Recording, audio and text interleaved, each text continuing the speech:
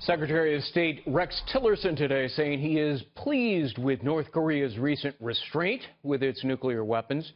Tillerson's comments follow Trump administration sanctions imposed on Chinese and Russian entities linked to North Korea's nuclear program, 10 organizations and 6 individuals targeted for providing financial services and delivery of material for use in building nuclear and ballistic missiles.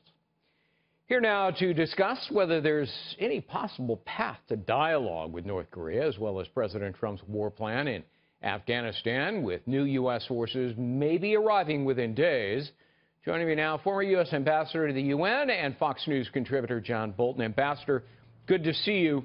Glad to be with you. In respect to Afghanistan, is this now an important, dramatic departure from President Obama, who one can argue mangled the war in Afghanistan? Well, certainly in policy terms, I think it is with respect to the kind of combat and the kind of arrangements we're going to have in country there.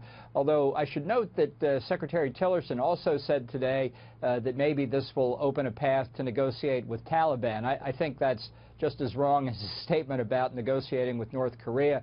I'd be prepared to negotiate with Taliban when we have our boot on their neck, and we're not there yet. I think the question that remains unanswered from the president's speech is whether he really does have, his advisors have given him a South Asia policy, as Secretary of Defense Mattis promised, and I think rightly it should be a South Asia policy. The president referred correctly to the need to put more pressure on Pakistan because of its giving aid and comfort and safe haven to Afghan terrorists. But he didn't address the 800-pound gorilla in the room, which is China. China's aid to North Korea's nuclear weapons program, and how we put pressure on Pakistan without flipping it into the terrorist camp and giving the terrorists access to scores of nuclear weapons. Well, can China help the United States convince Pakistan to stop supporting the Taliban?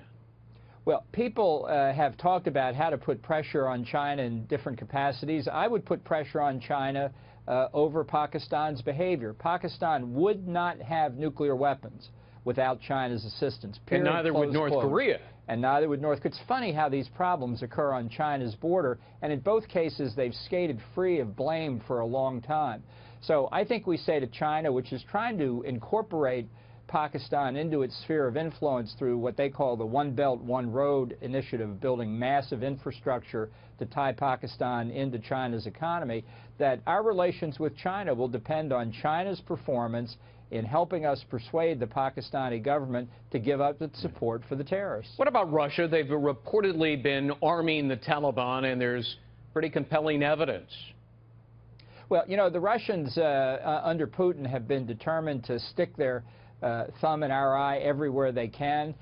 You know, back in the day, right after 9/11, I remember accompanying Defense Secretary Rumsfeld to meet with Putin, the first time I had met him.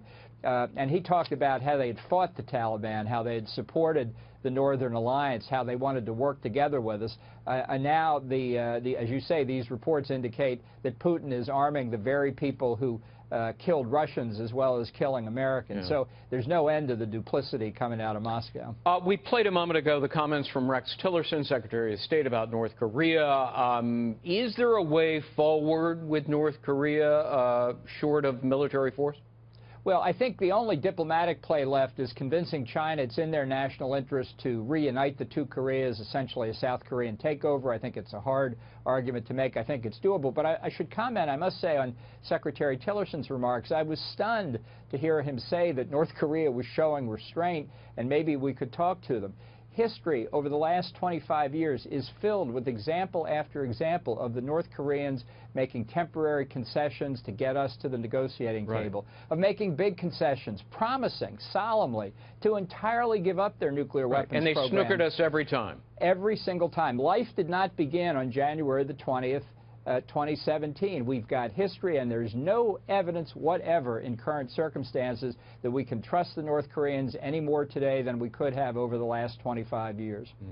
Would it be time to use our missile defense systems, the THAAD system, the Aegis system, if Pyongyang engages in yet another missile launch, but this time over Guam? Well, I think anything that looks like it's heading toward Guam, not only the United States, but I think Japan would want to activate its missile defenses. This is absolutely basic. We're not, right. We don't have to wait for the missile to hit to decide it was aimed Sure. at us. Right. You don't have to be shot and killed before you pick up a gun and defend yourself.